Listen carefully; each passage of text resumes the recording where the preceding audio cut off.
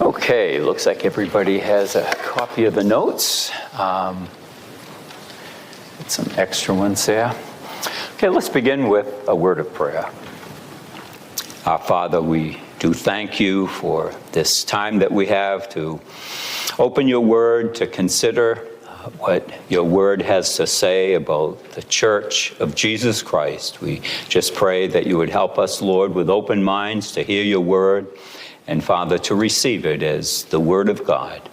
Teach us now, we ask, in Jesus' name. Amen.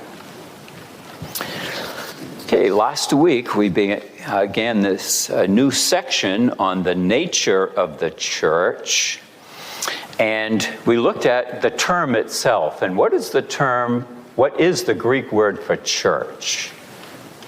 Ooh, does anyone remember?